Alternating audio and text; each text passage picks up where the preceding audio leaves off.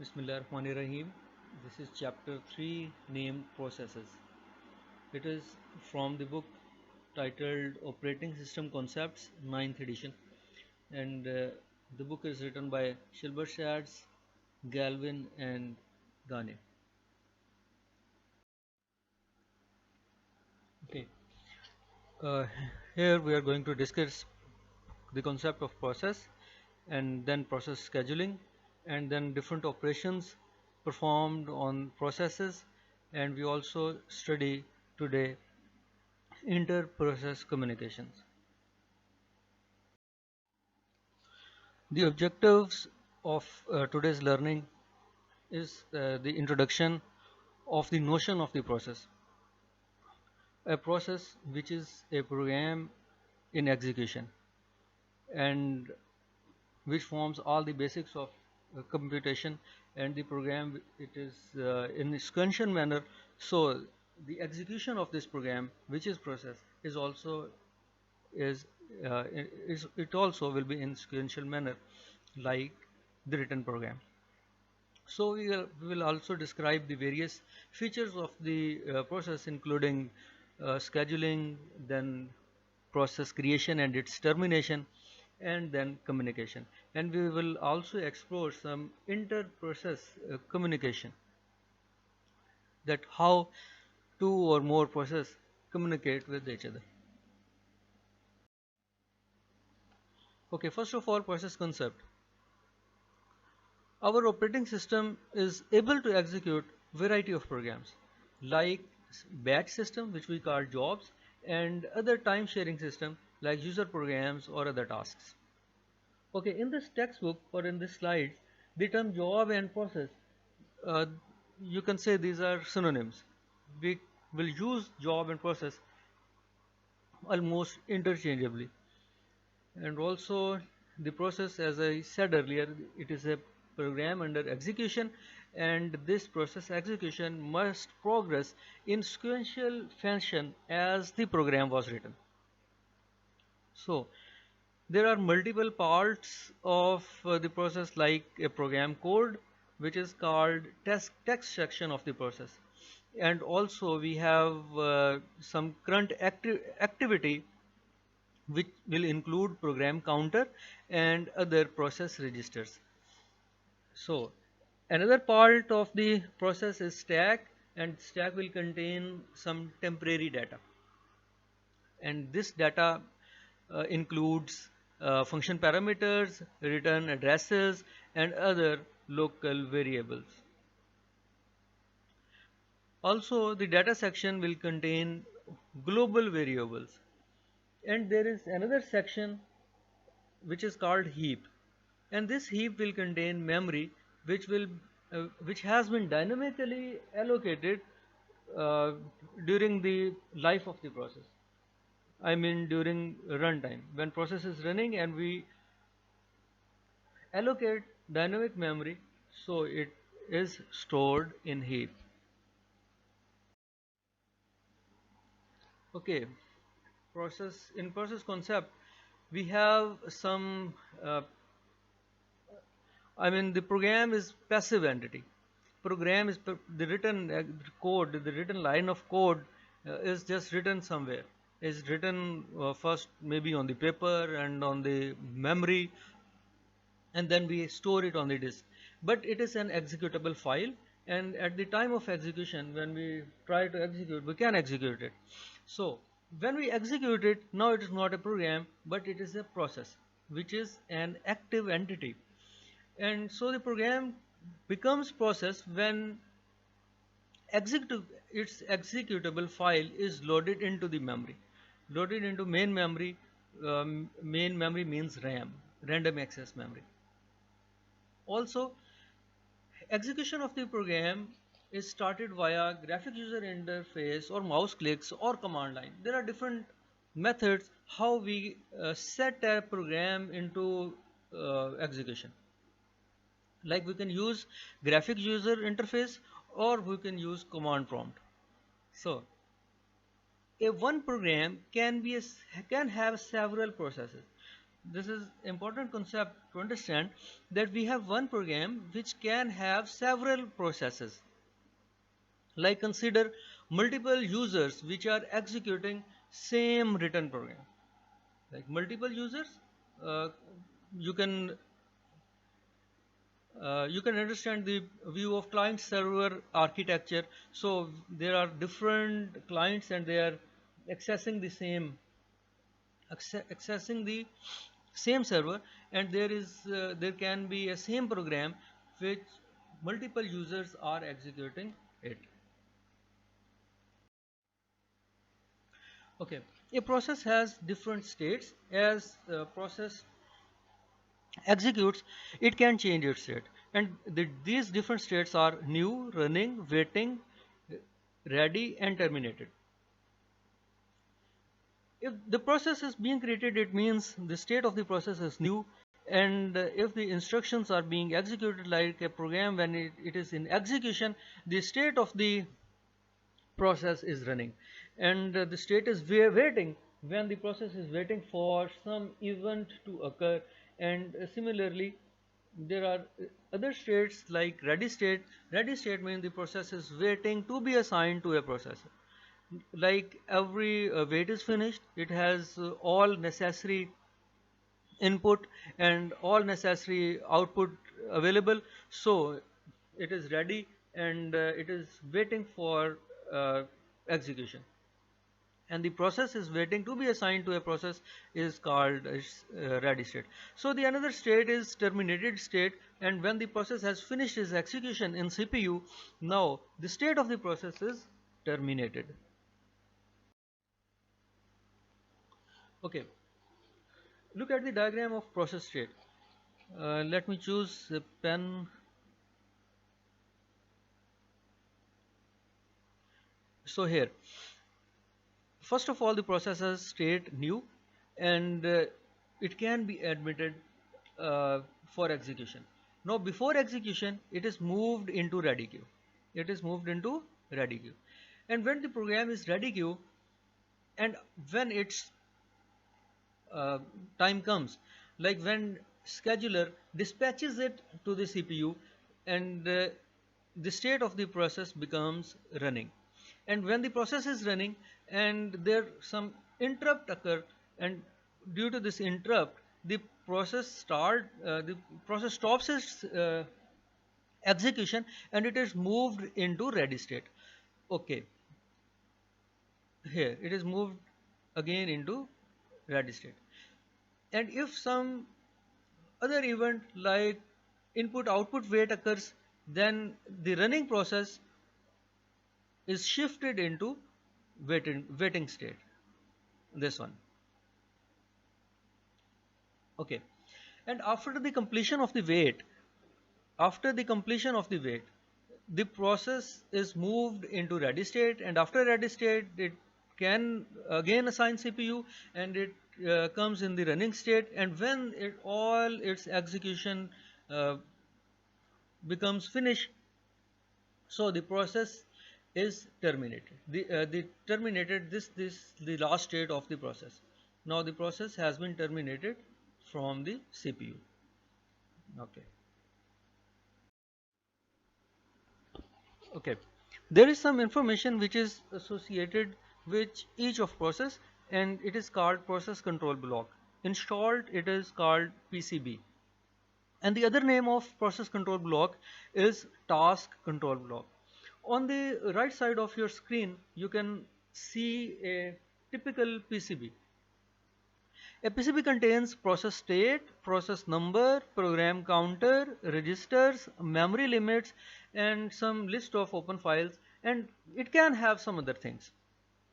So, number one, the process state. Here, it contains the process state which can be running, waiting, ready, etc., etc. And process control block has program counter, which which is actually the location of the next instruction in the program to be executed. Okay, and then it has information of CPU registers, that it contains all the process centric registers. I mean, how many of the CPU registers are being used by the process. The information is here. Okay, this process control blocks also contains CPU scheduling information. Scheduling means the uh, priority of the process to be executed, that which process has to process earlier and which process will be executed later. And also scheduling queue pointers, this information is also in the CPU scheduling information part of this process control block. Okay, it also contains memory information, like management information, that how much memory has been allocated to the process. And the important thing which PCB contains is accounting information, like how much CPU has been used and how much time clock uh, has been passed, how much time has been passed since beginning.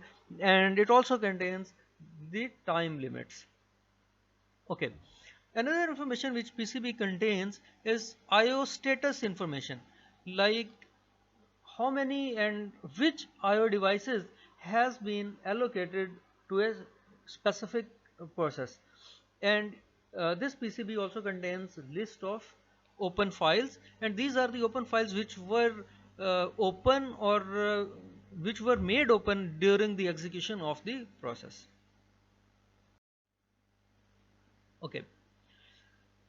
We have another diagram of CPU switch from one process to another process. Okay, for example, we have process P0 or P0, and we have another process P1. Okay, so process P0 is in running state, or it was executing, but here an interrupt has been occurred. An interrupt or system call has been occurred. So what operating system will do? What this operating system will do? Operating system will save the state into PCB not. You see that PCB not is process control block for process P not. So the all of the state of the process will be saved into PCB not. Okay, again the process P1, which is in idle state, and now the operating system reloads the process control block 1 into the memory. So the state of the process P1 is being loaded from PCB1, and when it is loaded from PCB1 the into the memory, and CPU is assigned to it, and process starts executing. So after the process P1 finished or has some interrupt or system call, this interrupt or system call is from the process P1. So what we have to do, this operating system saves its state into PCB1, and then it becomes idle. Process P1 becomes idle, and again we have process P0 to be reloaded, and this P0, and the state of the process P0 is being loaded from process control block not or process control block 0. Okay, after reloading, this process P1 starts executing again. So how you see the how CPU switches from one process to another process. Okay, the topic attached to it is a thread. So far we have learned about the process which had single which were single threaded, and which had single thread for execution. And consider we have a program, we have a process which has multi-threaded, or which was multi-program, and it was if a process has multi-threaded, it must have multiple program counters associated with each process. Okay, it means that program locations that can be executed at once are multiple threads of control, which are called threads. So we must then have storage for these thread details and multiple program counter in PCB, and so we all this have to deal with these threads. Okay, we want our CPU to work maximum. For this purpose, we need process scheduling, that we want to quickly switch processes into CPU for time sharing purpose. And for this, we need a process scheduler. And process scheduler selects among the all available process for the next uh, process to be executed on the CPU. And for this purpose, process scheduler maintains scheduling queues of these available processes, and these queues are job queue, means that set of all processes in the system, uh, those are job queue. All process which can be executed and which are candidate for execution in the CPU are uh, taken in the job queue. And other queue is ready queue, means all the process which are residing in the memory and which are ready and waiting for to be executed. These all processes are uh, maintained in the ready queue. And we have another queue which is called device queue, and it contains set of all those processes which are waiting for IO instruction or IO devices. uh,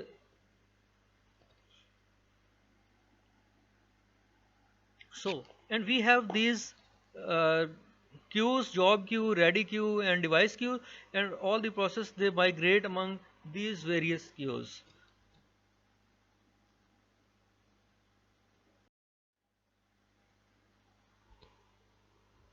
Okay,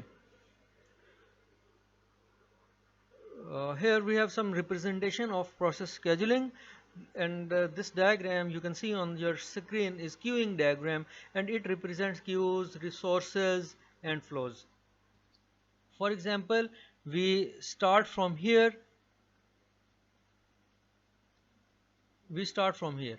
This is our ready queue, and all the process from the ready queue is assigned a CPU, and it is executed within the CPU, and when the process finishes execution, it terminates.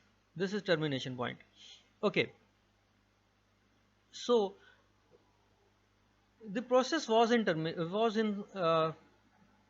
central processing unit, and some IO request occur, means the process was in CPU and it was in running state, and it was running and it was executing, and then came a IO request. When IO request comes, the process is moved to IO request, and this IO request means that this process has been moved into IO queue. So it will get some IO which was needed for this process, and then this will moved in the ready queue again. So again, suppose a process was in CPU, and during the execution of the process, the time slice assigned to it was expired. So it will moved again here, and then it will moved again into the ready queue. So suppose process was in execution, and it needs another process. For example, you can see here fork a child. In Unix we have this command, fork command, to produce an child of a process. So if the process needs a child, then it is moved in the then fork a child is evoked, and then the child executes. The child executes. The child executes in the same CPU in which the parent process was executed, and then after the execution of the child, the process is available for ready queue, and it is again moved in the ready queue. So we can have another factor, which is wait for an interrupt. Wait for an interrupt means some system call or system interrupt, and or other interrupt, like interrupt can be division by zero. So if this interrupt occurs, and after the occurrence of the interrupt, the interrupt after the resolution of the interrupt, the process is again moved into the ready queue, and from ready queue, when it times comes, when its available time, it is loaded into the CPU, and there it executes and finish its execution. This was queuing diagram concerning the process scheduling. Okay, we have different type of scheduler available in an operating system. So short-term scheduler, one of the type of the scheduler is short-term scheduler, which is also called CPU scheduler. The task of this short-term scheduler is to select the processes which can be executed next, and actually it is task of the scheduler to allocate CPU to a process. Sometimes this is only process, this short-term scheduler is only scheduler available in the system. And important parameter of short-term scheduler is that it is invoked frequently. That short-term scheduler is invoked in milliseconds, and so the short-term scheduler should be fast. There is another type of scheduler which is long-term scheduler, and it is also called job scheduler, and job scheduler selects the process which should be brought into the ready queue. So see the difference. The short-term scheduler actually selects the process which should board into CPU, and long-term scheduler selects the process which should board into ready queue. Long-term scheduler is invoked less frequently or infrequently, like in seconds or minutes, and it is, or even more slow, even it can be more slow. And long-term scheduler controls degree of multiprogramming. Like this long-term scheduler actually selects that how many programs or how many processes can be assigned to a single CPU. Okay, this process can be described as IO bound or CPU bound. If a process spends more time in waiting or doing IO than computation, then it is called IO bound process.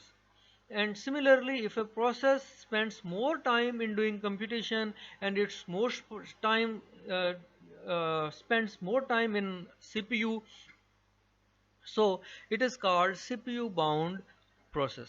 CPU bound process have very long CPU bursts. CPU burst means it has long time to be spent in the CPU. Okay. In addition to those long-term and short-term scheduler, there is another scheduler which is called medium-term scheduler.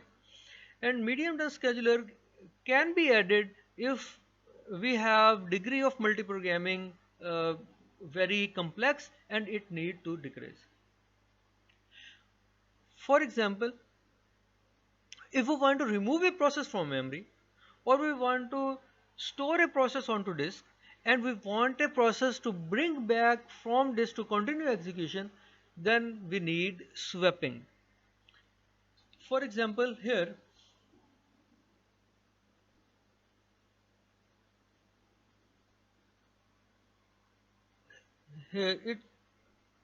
we have ready queue. The job starts from here.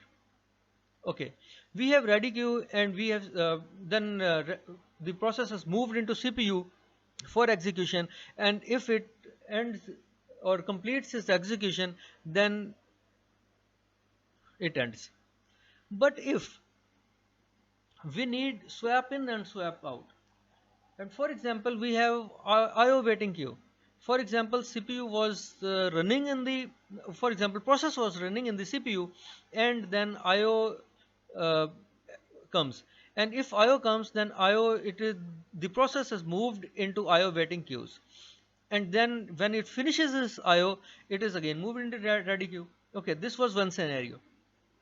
But if the process has not IO waiting queue, but it is pushed from CPU, we take our CPU back from the process because it has finished its IO burst, or it has finished its time sliced time slice for execution. So it need to be swapped out from the CPU. And for swap out, so partially executed program was program, or now it is called process, it is swapped out process queue, it is moved into that swapped out queue. And then when uh, the other process the other process is moved into the ready queue, another process which was maybe of high priority, or some other scheduling technique, the other process has to be moved into ready queue for execution. And in this way, the swap in and swap out occurs.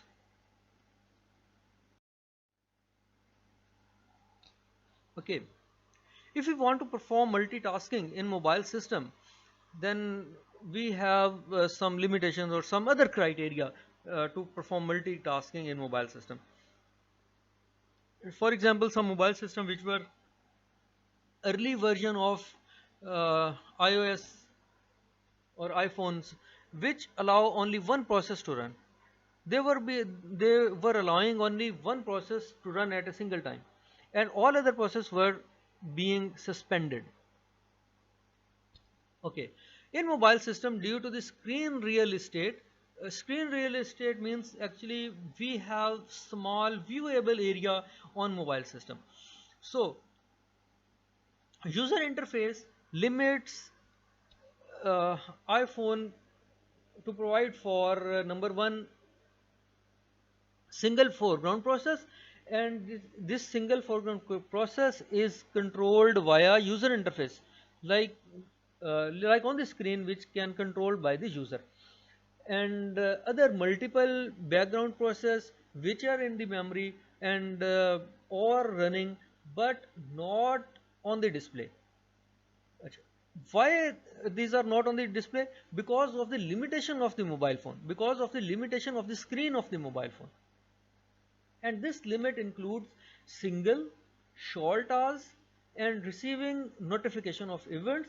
And this is also specific to the long running tasks, which for example audio playback, like audio is running, audio is playing on the phone, and because audio has not to do with the control or with something on the with the visibility of the screen, but it can run for long amount of time in the background.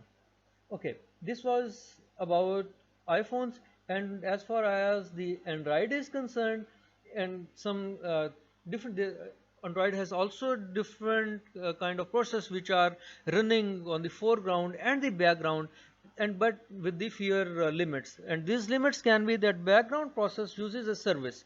This is a service of Android operating system to perform tasks. This service actually perform tasks for the background process, and this service can keep running even if background process is suspended.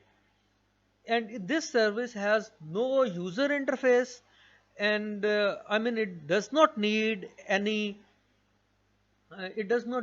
screen real estate or screen visibility controls for the user. So it has no user. The property of this service is that it has no user interface, and it uses very small amount of memory.